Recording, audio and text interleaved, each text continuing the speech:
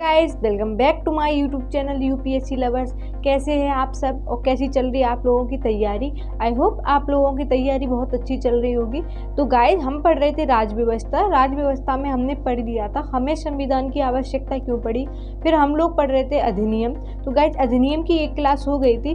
Guys चाहती तो मैं सारे अधिनियम एक साथ करा देती, लेकिन ये पॉसिबल नहीं हो पाता क्योंकि याद नहीं हो पाता है, हमें थोड़ा सा बोरिंग सा भी लगता है। इसलिए गाइस 3-3 4-4 करके आपको याद करवा रहे हैं, जिससे आपको आसानी भी रहेगी और आप याद भी करोगे, बोरिंग भी सब्जेक्ट नहीं लगेगा आपको। गाइस ये जो मैं पढ़ाती हूँ इसकी पीडीएफ आपको टेलीग्राम पे मिल जाएगी, तो आप टेलीग्राम और ट्विटर पे जुड़ सकते हैं। वीडियो के डिस्क्रिप्शन में आपको लिंक मिल जाएगी, तो आप जुड़ के अपनी तैयारी और अच्छी इम्प्रूव कर सकते हैं। और गाइस बाकी का एक दिन क्लास आएगी, फिर एक दिन मैं लाइव आ जाती हूँ। लाइव आने का वही टाइम रहेगा 9 बजे रात को, यानी कि 9 PM। तो आप लोग जुड़ सकते हैं। तैयारी से रिलेटेड अगर आपके कुछ डाउट हैं तो आप पूछ सकते हैं। अगर आपने चैनल को सब्सक्राइब नहीं किया तो चैनल को सब्सक्राइब करें, वीडियो को लाइक एंड शेयर करना बिल्कुल ना भूलें। क्लास में कुछ भी डाउट है आप कमेंट में बोल सकते हैं, सारे कमेंट के मैं आंसर देती हूँ। तो चलिए गाइस ज़्यादा आपका टाइम न बर्बाद करते हुए क्लास शुरू करते हैं। हम लोग पढ़ रहे थे अधिनियम। तो अधिनियम में पढ़ रहे थे 1793 का चार्टर कानून, यानी कि 1793 का अधिनियम था।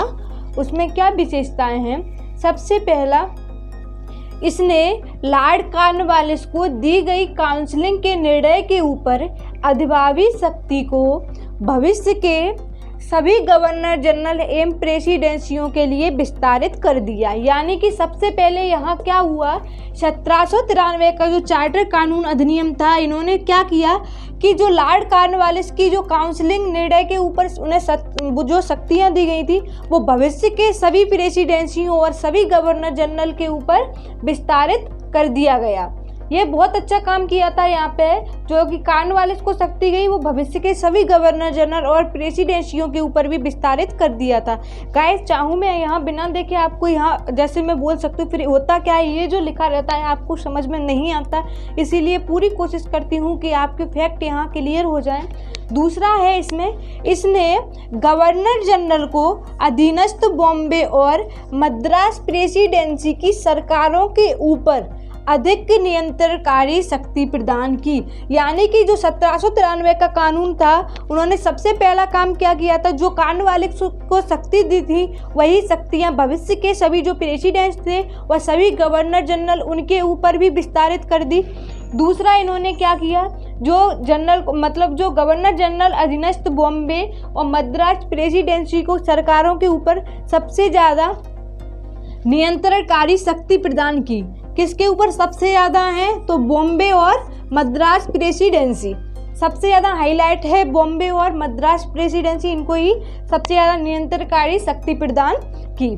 तीसरा है, इसने भारत पर व्यापार के एकाधिकार को अगले 20 वर्षों की अवधि के लिए बढ़ा दिया। यानी जो भारत पर व्यापार था उसकी अवधि कितनी कर दी, उसकी अवधि को बढ़ा के 20 वर्ष तक कर दिया। पहला कॉर्नवालिस के ऊपर जो शक्ति दी थी सभी गवर्नर जनरल और प्रेसिडेंसियों के ऊपर भविष्य के लिए विस्तारित कर दिया। दूसरा काम किया था मद्रास और बॉम्बे अधीनस्थ, इनको सब नियंत्रणकारी शक्ति प्रदान की थी। तीसरा था भारत पर जो व्यापार था उसे एकाधिकार को 20 वर्षों के लिए बढ़ा दिया था। फिर है चौथा, इसने कमांडर इन चीफ के गवर्नर जनरल काउंसिलिंग के सदस्य होने की अनिवार्यता समाप्त कर दी। सबसे पहले किसकी, कमांडर इन चीफ के गवर्नर जनरल, यानी जो कमांडर इन चीफ के गवर्नर जनरल काउंसिलिंग होते थे उनकी अनिवार्यता समाप्त कर दी थी। आपको पता है आप कोई एग्जाम देते हो तो उसके लिए वहाँ लिखा रहता है, वहाँ पे आपने देखा होगा कि अनिवार्यता, यानी कि आप 10th पास हैं, मतलब वहाँ पे बताते हैं उन्हें क्या क्या वहाँ पे डिग्री मांगी गई है। तो वही चीज़ इन्होंने यहाँ पे समाप्त कर दी। बशर्ते किस लिए समाप्त की, कि उसे उसी रूप में नियुक्त किया गया हो। यानी कि जो कमांडर इन चीफ के गवर्नर जनरल काउंसिलिंग थे उन्हें उसी पोस्ट पर नियुक्त किया गया हो और उसकी अनिवार्यता यहाँ समाप्त कर दी। इस शर्त के साथ में उसे यहाँ पर समाप्त कर दिया गया। 5वां फैक्ट है, इसने व्यवस्था दी कि बोर्ड ऑफ कंट्रोल के सदस्यों तथा उनके कर्मचारियों को भारतीय राजस्व से ही भुगतान किया जाएगा। यानी इसने क्या व्यवस्था की थी कि जो बोर्ड ऑफ कंट्रोल के कर्मचारी थे उनका भुगतान कहाँ से किया जाएगा, तो उनका भुगतान भारतीय राजस्व से ही किया जाएगा। ये यहाँ पर इसमें काम हुए थे। ज़्यादा इम्पोर्टेंट नहीं है गाइस ये, फिर भी लेकिन पढ़ना है आपको, कभी कभी क्वेश्चन आ जाते हैं, मेंस में तो क्वेश्चन आना ही है, स्वाभाविक है। तो ये 1793 का जो चार्टर कानून था ये आपका कंप्लीट हुआ। आगे पढ़ते हैं। अब पढ़ेंगे गाइस चार्टर कानून 1813, यानी 1813 का चार्टर अधिनियम। इसकी क्या क्या विशेषताएं थी, क्या क्या कार्य हुए थे, क्या क्या बदलाव किए गए, तो वो देखते हैं। सबसे पहला है यहाँ पे, इस कानून ने भारत में कंपनी के व्यापार एकाधिकार को समाप्त कर दिया। जो 1793 का अधिनियम था उसमें 20 वर्ष के लिए बढ़ा दिया था कंपनी के एकाधिकार को, और यहाँ पर इन्होंने समाप्त कर दिया। कब, तो ये इम्पोर्टेंट फैक्ट है, कब, 1813 में। कब, 1793 में बढ़ाया था 20 वर्ष के लिए, और यहाँ पे इसको समाप्त कर दिया कब, 1813 में। यानी भारतीय व्यापार को सभी ब्रिटिश व्यापारियों के लिए खोल दिया गया। तब भी इस कानून ने चाय के व्यापार तथा चीन के व्यापार में कंपनी के एकाधिकार को बनाए रखा। यानी चाय और जो चीन का व्यापार था उसे बनाए रखा, बाकी के व्यापार को इन्होंने बंद कर दिया। दूसरा है, इस कानून ने भारत में कंपनी शासित क्षेत्रों पर ब्रिटेन के राजा की प्रभुता को प्रकट व स्थापित रखा। यानी जो भारत में कंपनी के शासित क्षेत्र थे वहाँ ब्रिटेन के राजा की प्रभुता को बनाए रखा, यानी कि स्थापित रखा और प्रकट किया।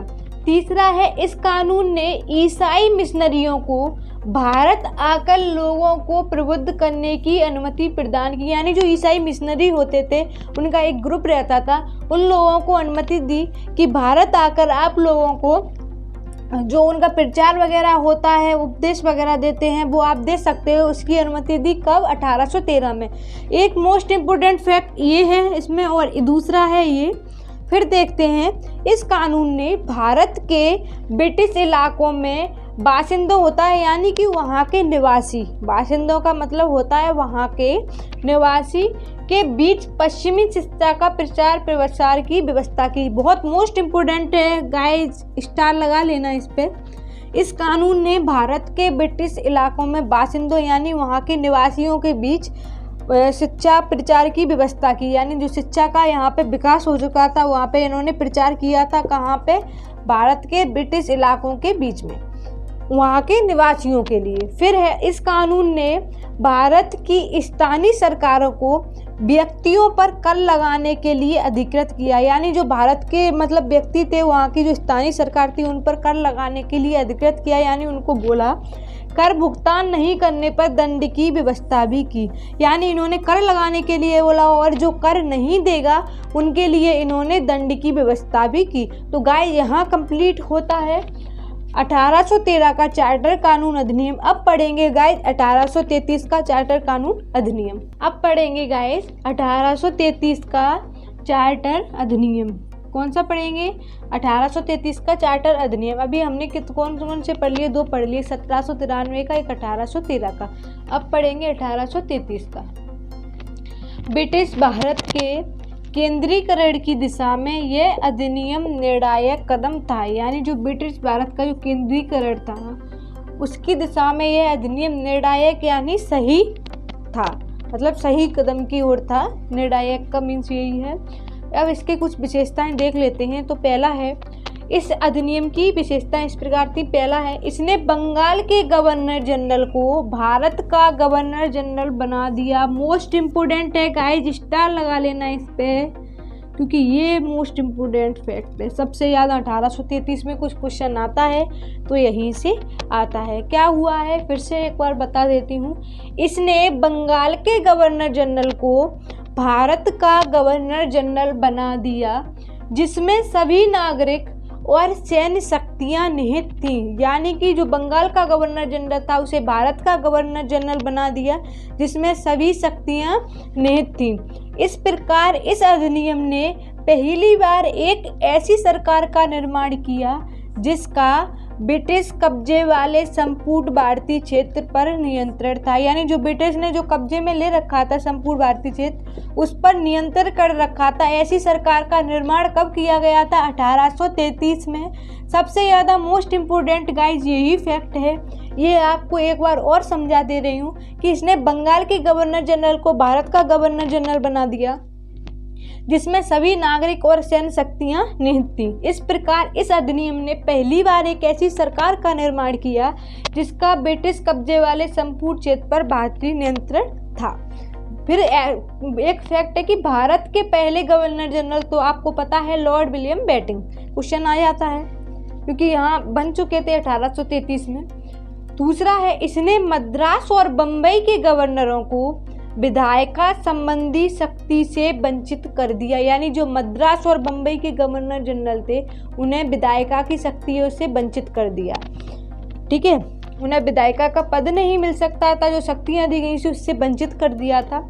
भारत के गवर्नर जनरल को पूरे ब्रिटिश भारत में विधायिका के असीमित अधिकार प्रदान कर दिए। असीमित होता है, एक सीमा होती है, असीमित माने कोई सीमा नहीं होती। वो पूरे अधिकार उन्होंने दे दिए थे भारत के गवर्नर जनरल को। इसके अंतर्गत पहले बनाए गए कानूनों को नियमित कानून कहा गया। जो जिसके अंतर्गत यानी जो कानून इसके अंदर जो बनाए थे उन कानून को क्या कहा गया? तो नियमित कानून कहा गया। ये भी गाइस इम्पोर्टेंट है फैक्ट, क्योंकि अच्छा काम हुआ है इसमें। और नए कानून के तहत बने कानूनों को एक्ट या अधिनियम कहा गया। यानी जो पहले बनाए गए थे उन्हें नियमित कानून और जो नए बनाए थे उन्हें एक्ट या अधिनियम कहा गया। तो गाइस अभी ये कंप्लीट नहीं हुआ, 2 फैक्ट और है इसमें, ये बड़ा है। नंबर 3 फैक्ट है, ईस्ट इंडिया कंपनी की एक व्यापारिक निकाय के रूप में की जाने वाली गतिविधियों को समाप्त कर दिया गया। यानी जो ईस्ट इंडिया कंपनी की एक व्यापारिक निकाय होता है उसके रूप में की जाने वाली गतिविधियों को भी समाप्त कर दिया गया। कब? 1833 के अधिनियम में। अब यह विशुद्ध रूप से प्रशासनिक निकाय बने। विशुद्ध यानी सही रूप नहीं होता, शुद्ध मानी सही, विशुद्ध आप समझ सकते हैं कि ये नेगेटिव हो गया। इसके तहत कंपनी के अधिकार क्षेत्र ब्रिटिश राजशाही और उनके उत्तराधिकारियों के विश्वास के तहत ही कब्जे में रह गए। तीसरा है, तीसरा ज़्यादा गाइस इम्पोर्टेंट नहीं है, 2 जो बता दिए वो मोस्ट इम्पोर्टेंट है। चौथा फैक्ट है, चार्टर एक्ट 1833 ने सिविल सेवकों के चयन के लिए खुली प्रतियोगिता का आयोजन शुरू करने का प्रयास किया। मोस्ट इम्पोर्टेंट है, प्रयास किया यहाँ पे।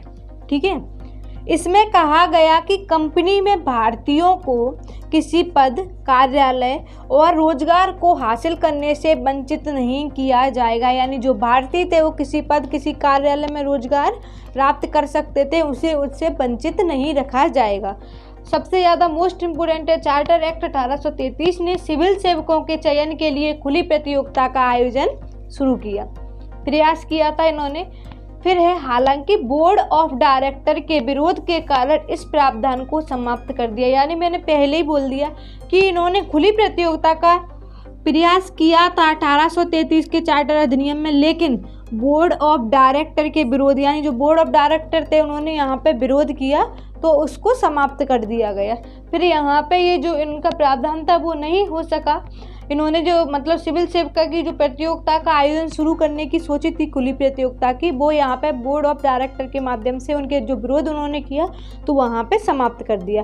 अब पढ़ेंगे गाइज 1853 का अधिनियम। उसके बाद में गाइज आपका जो अधिनियम है फिर शुरू होगा, जो वहाँ पर स्वतंत्रता अधिनियम, सारे जो अधिनियम हैं वो शुरू हो जाएंगे। यहाँ तक जो थे वो समाप्त हो जाएंगे, फिर एक नए सिरे से अधिनियम शुरू होंगे तो वो पढ़ेंगे। चलिए गाइज शुरू करते हैं। अब हम पढ़ेंगे गाइज 1853 का चार्टर अधिनियम। किसका? 1853 का। इसमें पहला है, इसकी विशेषता बताई गई है कि ये कैसा था, इसकी क्या विशेषता थी, क्या इसका प्रभाव पड़ा था। 1793 से 1853 के दौरान ब्रिटिश संसद द्वारा पारित किए गए चार्टर अधिनियम की श्रृंखला में यह अंतिम अधिनियम था। यानी 1793 से 1853 के दौरान ब्रिटिश संसद द्वारा पारित किया गया यह अंतिम अधिनियम था। कौन सा? 1853 का चार्टर अधिनियम। संवैधानिक विकास की दृष्टि से यह अधिनियम एक महत्वपूर्ण अधिनियम था, यानी जो संविधान का विकास है उस हिसाब से यह अधिनियम एक महत्वपूर्ण अधिनियम था। अब इसकी विशेषताएं देख लेते हैं, क्या क्या विशेषताएं थी। नंबर 1 है, इसने पहली बार गवर्नर जनरल की परिषद के विधायी एवं प्रशासनिक कार्यों को अलग कर दिया, यानी जो गवर्नर जनरल की जो परिषद होती थी उनके जो कार्य थे, उनके प्रशासनिक कार्य और जो विधायी कार्य थे उनको अलग कर दिया। किसने? 1853 के चार्टर अधिनियम। इसके तहत परिषद में ये 6 नए पार्षद और जोड़े गए, इन्हें विधान परिषद कहा गया, यानी विधान परिषद का निर्माण भी यही हुआ है। 1853 के चार्टर अधिनियम में कितने नए सदस्य जोड़े गए? 6 नए सदस्य जोड़े गए। दूसरे शब्दों में कह सकते हैं इसने गवर्नर जनरल के लिए नई विधान परिषद का गठन किया। ये पहले ही अभी गाइस मैंने बोला, किसने नई विधान परिषद का गठन किया? तो 1853 के चार्टर अधिनियम ने गवर्नर जनरल के लिए नई विधान परिषद का गठन किया था, जिसे भारतीय केंद्रीय विधान परिषद कहा गया। क्या नाम दिया गया? मोस्ट इम्पोर्टेंट है गाइस, ये वाला फैक्ट है, जो स्टार लगा लेना आप अगर 1853 में सबसे ज़्यादा मोस्ट इम्पोर्टेंट है। क्या नाम दिया गया? इसे भारतीय केंद्रीय विधान परिषद कहा गया। परिषद की इस शाखा ने छोटी संसद की तरह कार्य किया, यानी जो परिषद की जो केंद्रीय बना था केंद्रीय विधान परिषद, उसकी शाखा ने कैसा, शाखा होती है आपने कहा एक ब्रांच होती है, तो उसको किस तरह काम किया? छोटी संसद जो होती है छोटी संसद की तरह कार्य किया। इसमें वही प्रक्रियाएं अपनाई गई जो ब्रिटिश संसद में अपनाई जाती थी, यानी जो संसद बनी थी, जो विधान परिषद बना था, उसमें क्या प्रक्रियाएं अपनाई गई जो कि संसद में अपनाई जाती थी। इस प्रकार विधायिका को पहली बार सरकार के विशेष कार्य के रूप में जाना गया, यानी जो विधायिका थी उसे सरकार के विशेष कार्य के रूप में कब जाना गया? तो 1853 के चार्टर कानून अधिनियम में, जिसके लिए विशेष मशीनरी और प्रक्रिया की जरूरत थी। तो गाइस ये मोस्ट इम्पोर्टेंट है, 2-3 इसमें काम हुए हैं। छोटी संसद का कार्य किसने किया था? तो विधान परिषद ने किया था। नई विधान परिषद का गठन यहीं पे हुआ था। चार्टर अधिनियम में 6 नए सदस्य जोड़े गए थे, तो ये मोस्ट इम्पोर्टेंट है। ये आप मतलब यहाँ पे अगर कुछ पढ़ो तो सबसे ज़्यादा मोस्ट इम्पोर्टेंट 1800 जो अधिनियम है 1853 का, उसमें यही है। 2 और इसके फैक्ट हैं 2-3, वो और देख लेते हैं। गाइस हम पढ़ रहे थे 1853 का चार्टर अधिनियम। दूसरा फैक्ट है, इसने सिविल सेवकों की भर्ती एवं चयन हेतु खुली प्रतियोगिता व्यवस्था का आरंभ किया। और प्रयास किसने भी किया था? 1833 के चार्टर अधिनियम में भी किया गया था, लेकिन वहाँ पे उसको रोक दिया गया गवर्नर जनरल ने। तो गवर्नर जनरल की जो काउंसलिंग परिषद थी वहाँ पे रोक लगा दी थी। तो यहाँ पे है कि इस प्रकार विशिष्ट सिविल सेवा भारतीय नागरिकों के लिए भी खोल दी गई और इसके लिए 1854 में भारतीय सिविल सेवा के संबंध में मैकाले की समिति की नियुक्ति की गई। किसके संबंध में की गई थी? भारतीय सिविल सेवा के संबंध में किसकी समिति की थी? 1854 में मैकाले समिति की नियुक्ति की गई। गाइस ये भी इम्पोर्टेंट है क्योंकि सिविल सेवा की भर्ती का चयन खुली प्रतियोगिता का तो यहीं पे हुआ था 1853 के चार्टर अधिनियम में। वहाँ 1833 में प्रयास किया गया था, लेकिन यहाँ पे ये पूर्ण तरीके से खुली प्रतियोगिता का आयोजन शुरू हो चुका था। तीसरा है, इसने कंपनी के शासन को विस्तारित कर दिया और भारतीय क्षेत्र को इंग्लैंड राजशाही के विश्वास के तहत कब्जे में रखने का अधिकार दिया।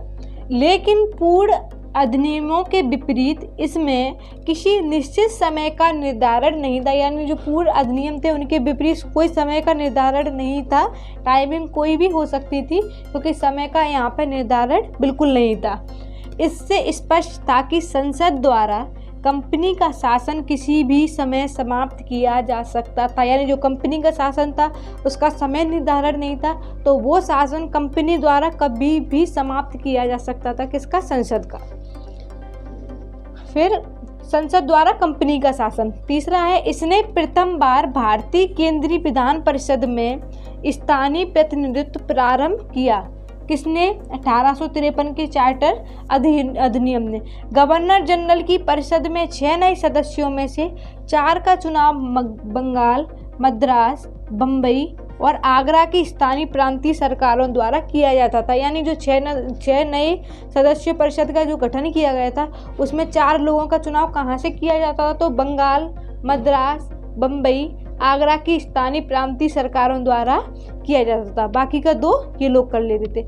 तो गाइज इसमें इम्पोर्टेंट है, पहला जो फर्स्ट बताया था वो पॉइंट, सेकंड है ये और थर्ड है ये, इसको पढ़ लेना। लेकिन मोस्ट इम्पोर्टेंट पहला, दूसरा और तीसरा, तो चौथा सॉरी, तो मोस्ट इम्पोर्टेंट है गाइज आपको। अब मैं यहाँ पे जो आपके जो अधिनियम हैं गाइज, 4 अधिनियम और आज कंप्लीट हो गए। तो गाइज बाकी के 1-2 क्लास और होंगे, ज़्यादा मैं करा सकती थी लेकिन गाइज कोई मतलब नहीं है, इतनी जल्दी याद नहीं होता। इसमें आपको याद भी हो जाएगा, क्लास बोरिंग भी नहीं लगेगी।